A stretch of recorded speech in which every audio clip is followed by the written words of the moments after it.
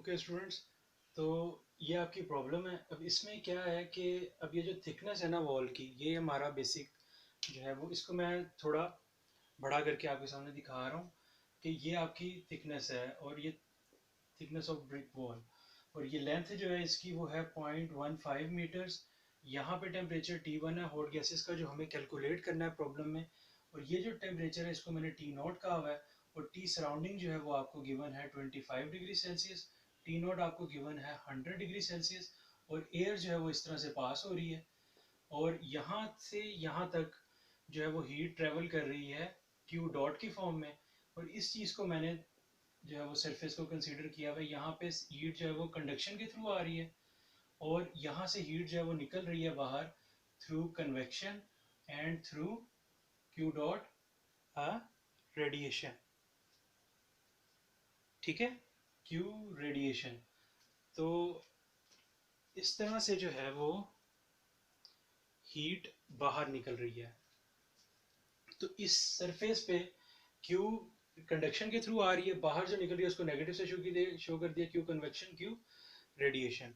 अब इसका जस्ट मुझे यहाँ पे फार्मूलाज जो हैं वो लिखने हैं, और T1 के लिए जो हमने वो सॉल्व कर लेना है। किस तरह से होगा? क्यू कंडक्शन का क्या फार्मूला होता है फोरियर्स लॉ के हिसाब से? के ए डेल्टा टी। अब अगर मैं फाइनल टेम्परेचर लेता हूँ टी नॉट, वो बड़ा होगा टी नॉट माइनस T1। मतलब इसमें मैं इस तरह से भी कर सकता हूँ कि इसको पहले तो मैं अभी उस पर नहीं जाते, अभी हम सिर्फ इसका जो है ना वो फॉर्मूला लिखते हैं। डी, इसको मैं इस तरह लिख देता हूँ D T by D x, या बल्कि मैं पूरा ही उस तरह ही लिख देता हूँ delta T by L.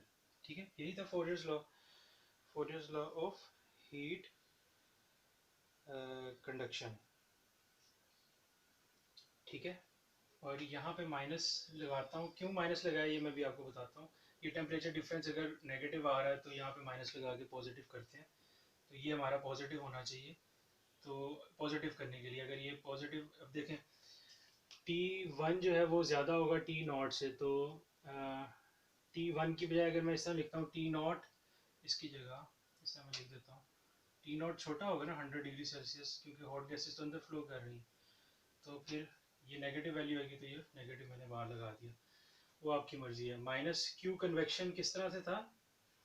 H a surface temperature which is T not into the minus the surrounding temperature, minus q radiation is emissivity, emissivity at the surface, वो हमें 0.8 गिवन है।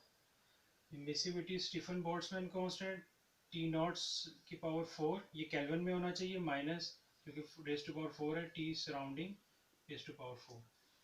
ए से कैंसिल हो जाएगा। ठीक है, और इसका मैंने फार्मूला में ए नहीं लिखा, ए से कैंसिल हो गया, इज इक्वल टू 0। जस्ट मैंने वैल्यूज पुट की।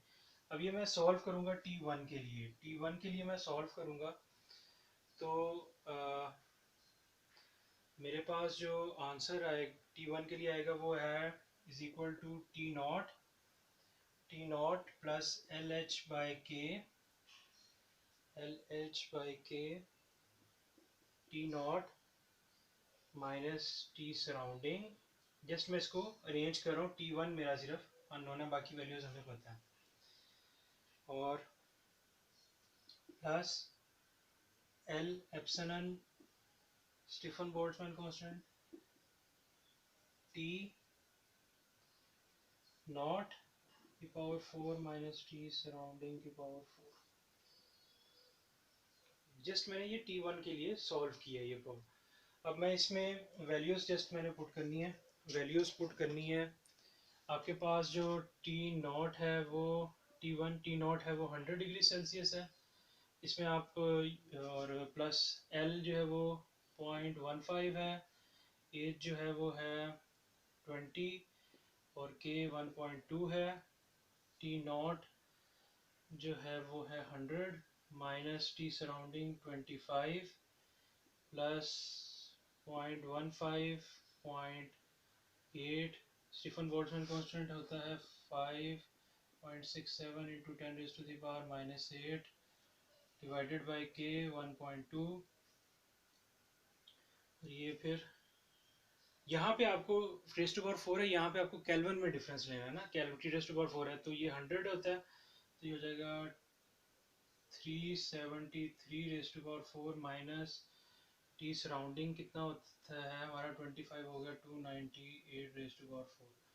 तो T1 के लिए आप जब इसको सॉल्व करोगे तो आपके पास जो इधर मैं लिख रहा हूँ आंसर आएगा वो आएगा 352.5 डिग्री सेल्सियस। तो इस तरह से आपने ये प्रॉब्लम सॉल्व करना है कि जस्ट आपने इसमें वैल्यूज, ये माइनस मैंने इसलिए लगाया क्योंकि यहाँ पे डेल्टा टी जो है वो नेगेटिव आ रहा है, क्योंकि T naught minus T not जो है वो सरफेस टेम्परेचर है। अगर मैं इस तरह से लिखता हूँ final minus initial, final delta T final T not है सरफेस टेम्परेचर माइनस T1 जो अंदर वॉल के अंदर का टेम्परेचर है वो ज़्यादा होगा, तो ये नेगेटिव आएगी ना, इसलिए मैंने वो माइनस साथ में लिखा। अगर आप फाइनल माइनस इनिशियल लिखते हो तो आपने बाहर माइनस लिखना है, अगर इनिशियल माइनस फाइनल लिखोगे तो फिर आपको माइनस लिखने की ज़रूरत नहीं होगी, जिस तरह हम पहले कह रहे थे। तो इस तरह से आपने ये प्रॉब्लम सॉल्व करना है और ये बड़ी बहुत इंपॉर्टेंट प्रॉब्लम है। Thank you.